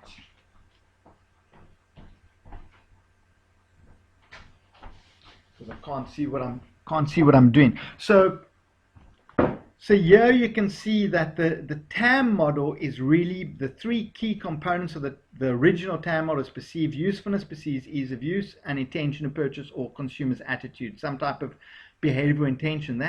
These other constructs would have come from the extended technological acceptance model, and some of them may have not been previously investigated using this model. So based on your reading, these are the relationships that you want to test. And so this is hypothesis one: attractiveness has an influence on perceived usefulness. So if we go back to our hypothesis here, attractiveness has a positive influence on perceived usefulness. And here perceived usefulness has a positive influence on intention to purchase, and perceived ease of use has a positive influence. And here you can see they're reflected in your conceptual model, that perceived usefulness has a positive influence on intention to purchase, and perceived ease of use has a positive influence on intention to purchase, and all your other hypotheses which are based on literature. So what I want to just show you now is, if I just open the questionnaire on which this research is based. Well, I didn't want to open it in that program. Open with that. Just to show that the questionnaire needs to reflect your study. So here you have your filter questions. Do you have social media? Do others follow? Then which social media platforms do you use? What platform you use most frequently? Which category of influencers do you follow? What type of influencers? How often do you use it? How many hours do you use it? How often do influencers influence your behavioral purchases? These are all usage questions which relate to your second objective, which was to see if these usage factors had an influence on intention of purchase. How much do you spend? What is your gender, your age, your education, or demographic factors? So if we go back to this, you'll see in your objectives or your research questions that you had, do usage factors have an influence on intention to purchase? Do demographic factors have an influence? So these would be then cross-tabulated with your intention to purchase construct. And then all the constructs that you are looking at, attractiveness, brand awareness, credibility, expertise, etc., which you would have taken from other research, you don't make this up. So all of these constructs here are the constructs that are in your hypothesis, are these hypotheses here, these in your theoretical framework, and illustrated in your conceptual model. So what I often get students to do is, once they've got their title and they've got the research questions and know which model they're going to do, and they kind of have an idea of what hypothesis they want, I say, give me a draft of your questionnaire. I want to see if everything ties up, if your title links to your research questions, objectives, your hypothesis link up to your theoretical framework, and your conceptual framework. And then I want your questionnaire to see that this questionnaire will give you the answers to your conceptual framework and give you the answers, you know, that this all aligns, that they correctly align to your hypothesis, and they correctly align to your research questions and objectives. And just to also show you, just like one of my students' proposals, and he's the guy that's doing, so this is what we submitted to ethics. So here's his sort of, his introduction is very short. They limit you. Oh, I don't want to open it in this. Let's just open it with that. So it's very short, you know, the phenomenon growth in developing countries. See how many references he's got. Moreover, the movement of endorsed problems is growing. You see how many references, traditional advertisement, become effective references, stated that ranges from desirable to the influences in this. So he's got lots of references. A couple of studies use qualitative research, but this study will use quantitative. Several others employed quantitative methods. And so all the things I've been talking about, he included. And then his problem statement, you know, he also has lots of references here. Rationale, aims and objectives, which is exactly, I used, you know, this is just a more specific study. Research questions, hypotheses need to be justified via literature, other people that looked at these relationships. So expertise, perceived value, you see there's justification for each of the hypotheses. And here was his very simple theoretical model, which will become more advanced later once I do the stats for him. We actually changed his models since then, and then literature. But that's the abbreviated one. But his initial proposal, just to show you that I make my students go much broader, and it's better for you to go broader. You can see, so here's his introduction, lots of references, and it carries on and on. Then his problem statement's much longer, and his rationale is longer. We abbreviated afterwards. So I just wanted to illustrate. This is 39 pages, whereas we can close this questionnaire.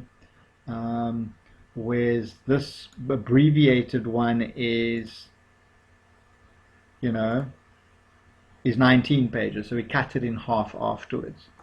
So it's very important that you understand the link between all of those variables. Right, I've probably got about, yeah, we'll be done by 7, but I just, at this stage, it's a good place to pause. Are there any questions on this linkage? And you see, once you've got this, everything aligned with each other, everything else, your methodology, your literature, everything becomes very easy. Once you know exactly what you want to research, and that is a problem for a lot of students, is to pin down exactly what you want to research that's based on sound research gaps and a sound theoretical model, and everything aligns. And that process can take a year, you know, before I'm happy. And now, unfortunately, if you take a year, you're academically blocked. You need to be done with your proposal in that time. So, yeah, so that's why you kind of just, yeah, we'll get to the literature review about reading and how you can gather a lot of sources, you know, in the literature review, and how to summarize, which will then make these sections easy. But the key to all of this is to read, read, read. Okay, let's carry on. If you have questions, yeah, Kulani. Thanks, Prof. This might be a silly question to you because I've been privileged, you know, to be in your class in 2003 during my second year and in my BTech. I know how you feel about multiple sources and your sample size. I mean, you don't play when it comes to data collection. But now my question is that, does this depend on your supervisor, or is it a general practice?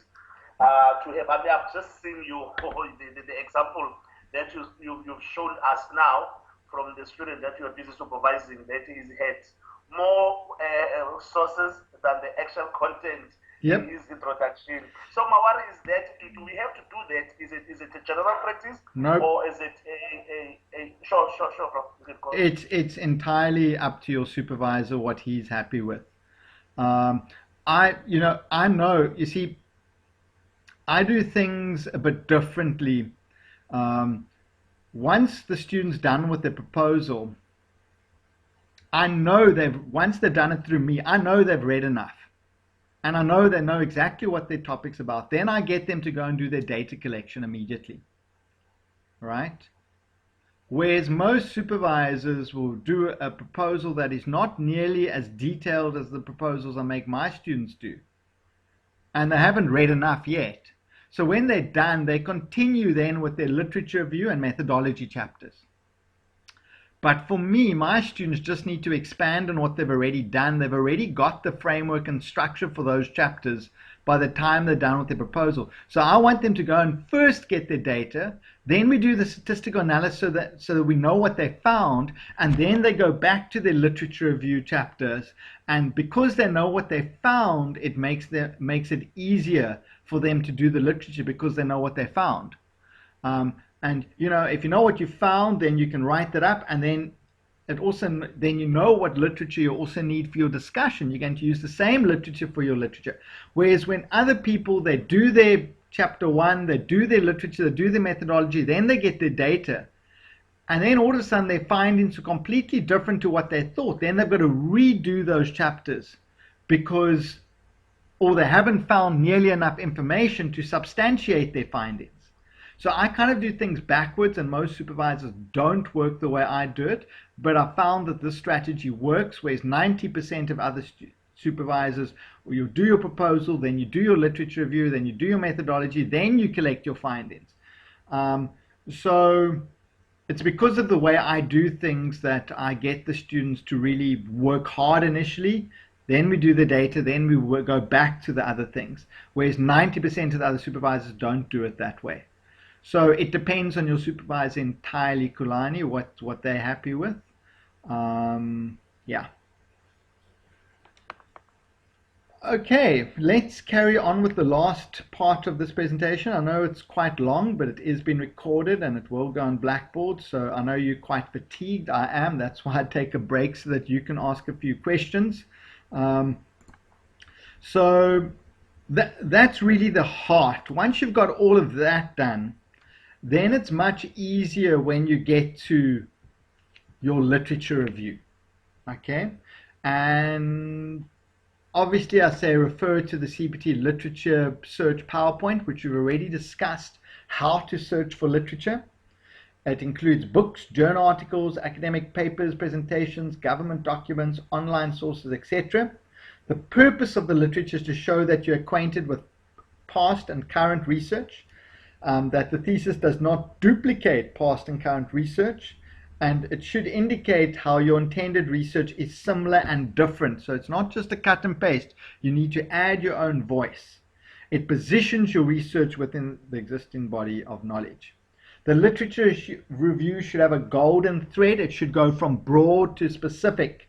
So it should start off with the background of the industry and research, then move to overview of the topic, then to past and current research, then to your theoretical framework and concept. But this now is covered in a separate section in the proposal, but in your thesis, this generally would go at the end of your literature review and the beginning of your methodology. So be sure to add your critical voice. So if you place a lot of information there, then you need to afterwards say, yeah, a lot of, social media is fast growing and these are the stats. Hence, then often you give a lot of references of the stats. Hence, this study will consider social media influences in South Africa amongst this cohort. So you need to continually tie in the literature to your research. You can't just cut and paste sources, and don't include single source, because that's no good. You need to find multiple sources that find the same thing, combine them, integrate them, and then add your own voice. But you can't have millions of single sources. Turnitin will kill you in any event if you do that. And for your proposal, Turnitin has to be 12%. And for your thesis, Turnitin has to be 15%. So you can't be using single sources. You need to find, that's why you need to read and summarize and then merge all the sources together for the different sections. That's what academic writing is. You need to continually affirm how your study will make a contribution. Yeah. Do not simply cut and paste sections. As I said, this is plagiarism. Reference, paraphrase, combine with other sources, add your own voice. That's exactly what I said. Referencing, obviously in-text reference all the sources. Use CPUT's Harvard method technique. I tell you, I've had these students at second year, I had them at BTech, and I get them at masters and they still can't reference. It's just a formula. So you need to go and look at, on the CPUT website, postgraduate information. The quick guide to Harvard will give you everything you need. It's just a formula.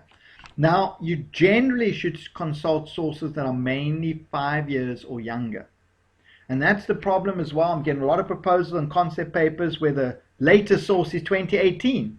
I'm saying, what's happened in 2019, 2020, 21, and 2022?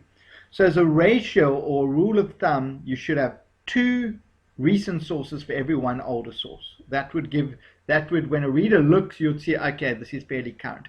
Obviously, your foundational sources will be older. Your TAM model was developed in 1990, or, you have some older sources. But, most of the reasons, when I do searches for my students, I only search for information for the last 5 years. I don't search earlier than that. Although there could be relevant articles, they can look for that themselves. Literature searches reflect on the information from studies that carried out a similar product. Has appropriate literature been provided in order to provide the background or rationale to the problem? What are the gaps in existing literature? So we've already covered this. Does literature provide an adequate theoretical framework? Have you reviewed the literature just as a mechanical task? In other words, just a copy and paste, or have you considered it in terms of what contribution it makes to the intellectual debate? Does the literature review correspond with the aims and objectives of your research? So basically, once you know your objectives, the literature should be an expansion to give the background information as to why you're researching what you're researching. And so you need to read, Search, read, summarize, and paraphrase each journal article. And as I said earlier, if you summarize 2 articles a day, you can have 60 a month. So I say be sure to include the major methodological sections, because these could be gaps. So in the summaries I ask my students to do, because I usually send them a lot of articles, I say, consider where's the study being conducted, in which country, because if you see they're all being conducted in different countries, then that's a research gap for you. What method do they use, quantitative or qualitative? That's another gap. How many respondents? That could be a gap. Who are the respondents? That's another gap. And obviously what the major findings is.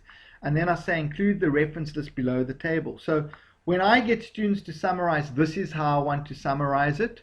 So I say give the author, give the main aims of the study, give the methodology. So this study was in Germany. It was a quantitative meta-analysis analysis. This is how many respondents. 90% were Gen Y and Z, because that's relevant to who we study, and I could use it as a gap later. Main findings the study ascertained. So any findings that relate to your research in some way. You don't summarize all their findings, because a lot of their findings may have nothing to do with what you're researching, but the findings, so this one considered credibility, attractiveness, expertise, trust, and purchase intention, which are all constructs that the student was using in the example that I showed you. So you only summarize the findings that are relevant to what you are researching, and then summarize the limitations and gaps. So this study was conducted in a developing market, Europe, whereas we get into Africa. They did not conduct cross-analysis with the demographic factors. They only listed as descriptive factors. So you can say all of the studies that we found, so you can in-text reference in your research gaps, 20 studies only looked at demographic factors as a descriptive variable. They did not cross-tabulate it with the dependent variable. And that is a gap that no matter what research you're doing that you'll find often. And the research only considered 2 social media platforms, YouTube and Instagram, whereas your study would be. So each article reading, Kulani was talking about this, is I've read through it and I've already tried to identify the gaps and limitations of each article, so that I can then combine all the studies that I found with each other in terms of these elements, and have many references, so that I can show the gaps in the introduction and the problem statement, and even within the literature. And then so I create tables, and this is just a brief summary. You could have much more extensive summaries, and then I already in-text reference them below. I put the references there so I know. However, this is just their findings and introduction that you're looking at. You can also extract secondary information. So if you look at their literature review and introduction, look at the sources they used. And so I often cut and paste that information out. I rewrite it, and then I cut and paste their references out as well. Like I did here, I take their references out, and often I go and find those articles, and I summarize them and paraphrase them and place them under the applicable headings of my research proposal and thesis. So whatever information relates to your introduction, or this section of your literature review, or this section of your methodology, I put it there already, correctly in-text referenced, paraphrased already, with the reference already, the original reference, not the article you got it from, but who they cited. So yeah, as I say, it's important that you always cite the original source, not the article. So if they are citing people, you need to cite the people they cited, because it's in their literature review and introduction. You only cite their findings. What they found is what you cite. So remember that. And that's what I mean by summarizing an article. It could take you an hour or 2 to read it, to extract their major findings like this, and then to look at their literature review and their methodology and other sections of people they cited and their discussion, and then take out the relevant bits, paraphrase it, so that then eventually when you find 10 articles saying the same thing, you can combine it into one sort of statement and then in-text reference those 10 people. And that's how I did my research for my doctorate. That's what I did. I just read articles, summarized it, and then basically to put my thesis together, because everything was already paraphrased, I just need to combine it, organize it, and then add my own voice to it. So that's why I say it's important. If you just summarize, find articles, summarize 2 articles a day, you will have 60 in 1 month.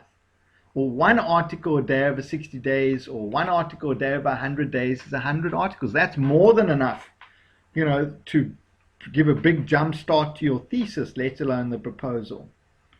Yeah. In the final thesis, a much more complete and extensive reference list will need to be presented. Refer to the CPT PowerPoint presentation now.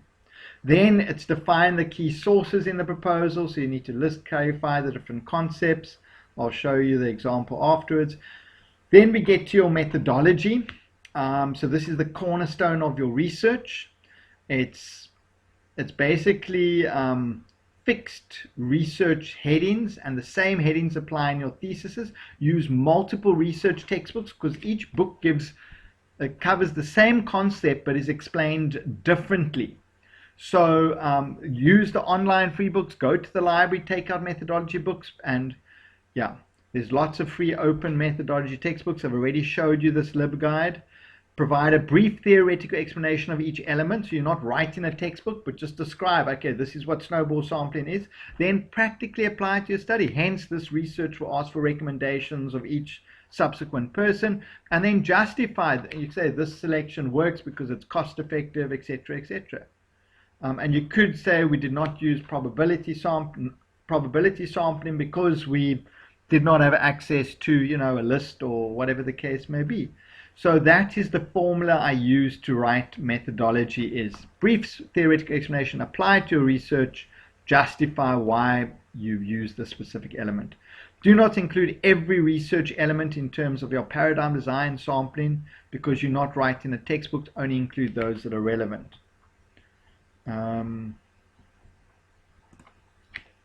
Okay.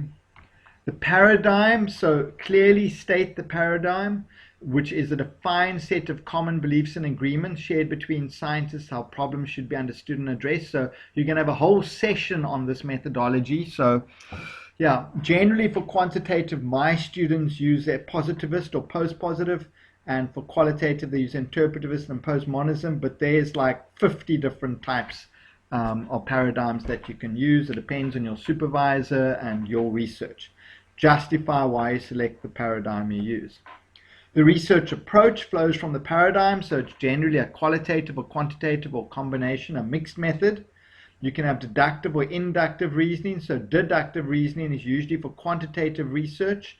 The positive paradigm moves from general to specific, you want to prove hypothesis, quantitative research. Inductive is usually interpretivism, moves from specific to general, develop a new model. It's exploratory, generally associated with qualitative research.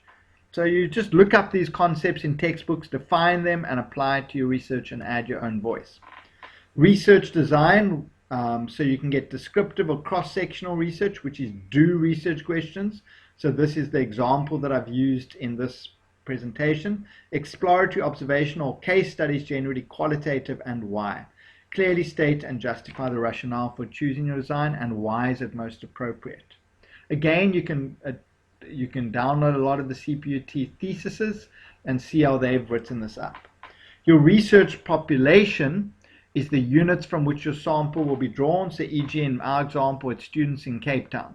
Or it could be a specific community, suburb, work organization, province, or whatever the case may be.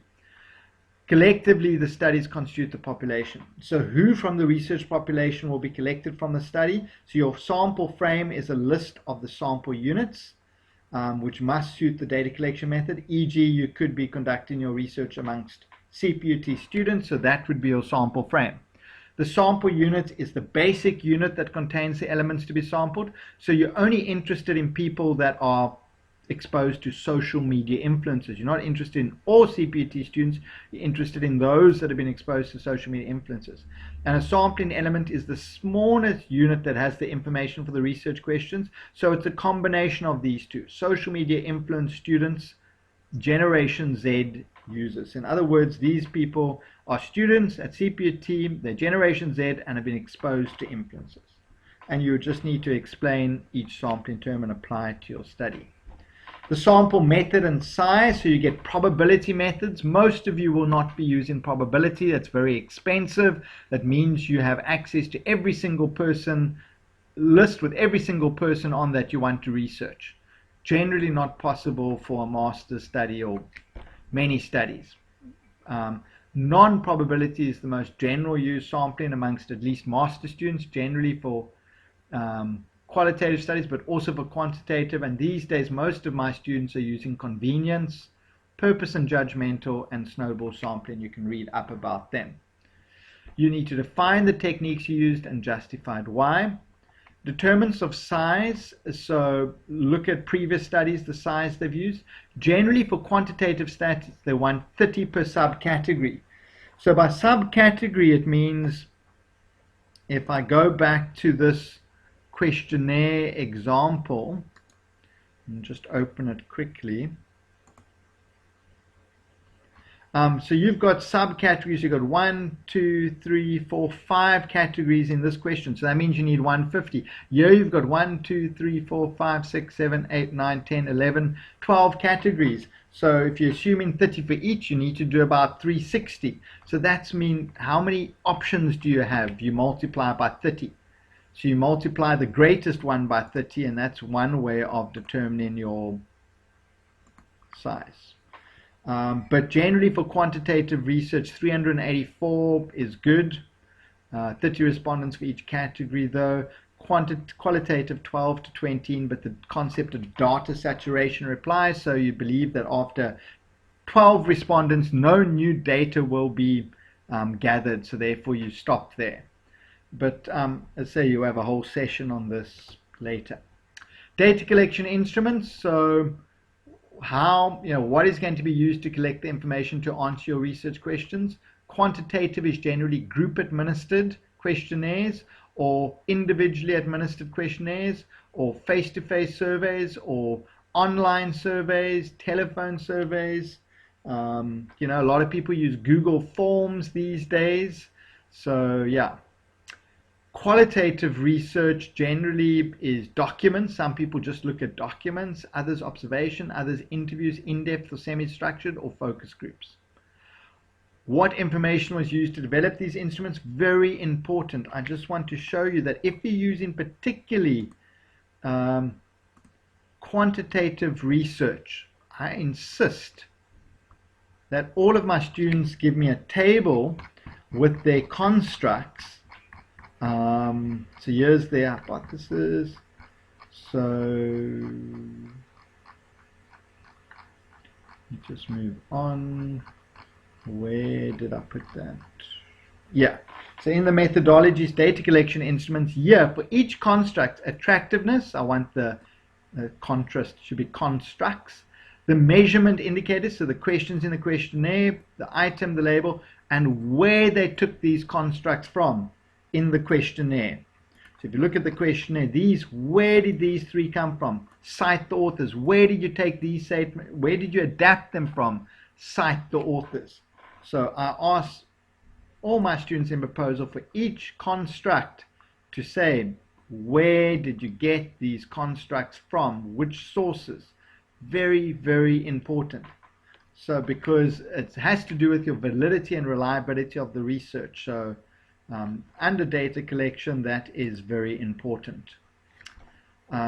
Discuss the reliability and validity. So you can say that this is research that's published and we took it from these constructs, but you can do some research about Cronberg's alpha and composite reliability in the textbooks and discriminant and convergent reliability.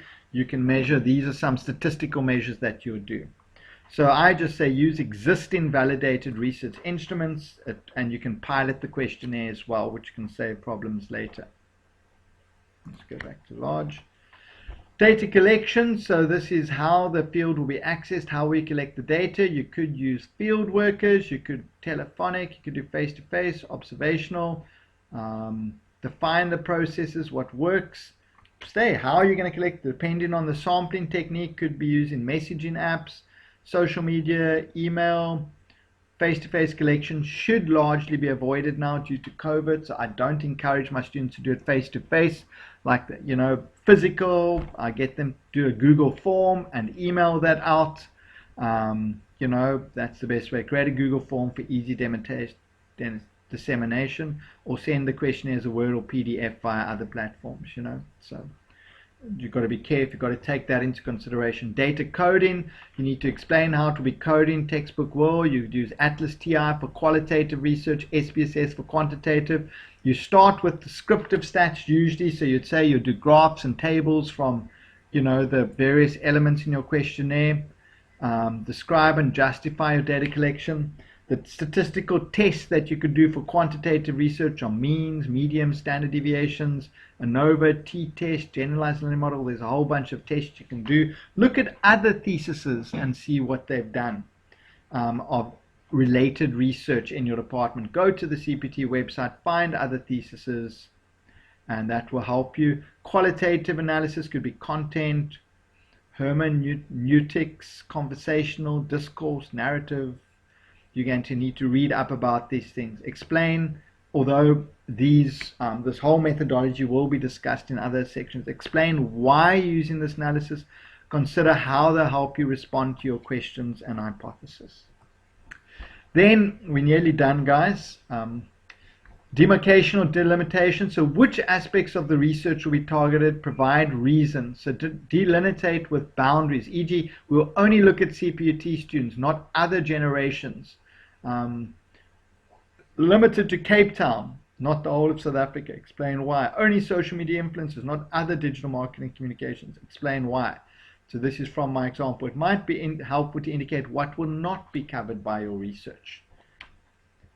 Then your ethical considerations. So if you look at the ethics documents from your from your supervisors, they will give you a good idea of what you need to consider. But how will you address the minors? You need to obtain CPUT ethical clearance for your proposal. Consider informed consent, privacy, honesty, summary code of conduct. What do they all mean? Apply, define each concept. Get the research ethics committee documents and look through them, and that will help you write this particular section. Then you need to provide an outline of your thesis. So what your thesis, so generally chapter 1 is the introduction and background to your study and research questions, hypothesis, objectives. Chapter 2 could be 2 or 3 chapters, is your literature review. Then you have your methodology, your results and findings, discussion and analysis, and your conclusions and recommendations. So you need to provide that. Then you need to give your research plan in that proposal, so acceptance of proposal. So this is a typical acceptance of your proposal, literature review, research design, field work, etc., etc. That's the typical plan, but for my students, I get them to finish their proposal, then do their field work, and then only update their chapters afterwards because they've already extensively worked on this by the time they're done with their proposal. So I'll just give you the alternatives, but this will help you. And then you need to mention the limitations of your research, hindrances, anything that could limit your research process. What factors can compromise your plans? What are the possible limitations? Look at methodology, coverage, generalization, risk to credibility. Most journal articles have a limitation section, and you would have summarized that already. But examples of limitations are the study was only conducted in a developing country and not considered in other countries of the study. A quantitative study will be used which only provides cross-sectional studies, whereas at a single point of time, whereas longitudinal studies and qualitative research may provide greater depth of information. Cross-analysis of different demographic factors will be conducted, but not other demographic factors, etc., etc. They in every thesis, every journal article has it. It can help you write. Then you need to provide your reference list. Now remember, in your proposal, your reference list is only the sources you cited. You're not doing a bibliography, every source you looked at. So if you cited it in your proposal or thesis, it then goes in your bibliography. The reference list must be in alphabetical order as well. And I say refer to the Harvard for Beginners, or it's now called the Quick Guide for Harvard, on the CPT website. Et al. Is no longer in italics. It used to be previously. And then here's even a YouTube video, some YouTube videos that I made on referencing that you can have a look where I explain it. But in those videos, I think et al. Used to be in italics. That's why I'm just telling you that. Then you need to provide a summary of your proposal at the end. And this includes the problem statement, aims and objectives, methodology, ethical considerations, and significance of the study. NB, no new content should be provided, and you generally don't provide any textual references. You just provide a summary of each of these sections in no more than 250 to 300 words at the end. And yeah, that's so I just want to go to this thesis example, the full example. So you have all the methodology sections, and then data collection, ethical considerations, the outline of the dissertation, your plan with the dates, limitations, methodology. You can see how many references he has. It's more than the actual thesis, but that means he's read. And then you have your summary, although these headings have changed a bit because he was still using an older template. Yeah, so yeah, that's a lot to take in. I had to go quite quickly at the end. It's been quite a long presentation, but as I say, each section in the research proposal will be covered separately in future sections. If you go to that the list with all the different sections, so please be sure to attend those. And this has been recorded. I will actually stop the recording now, just because it started.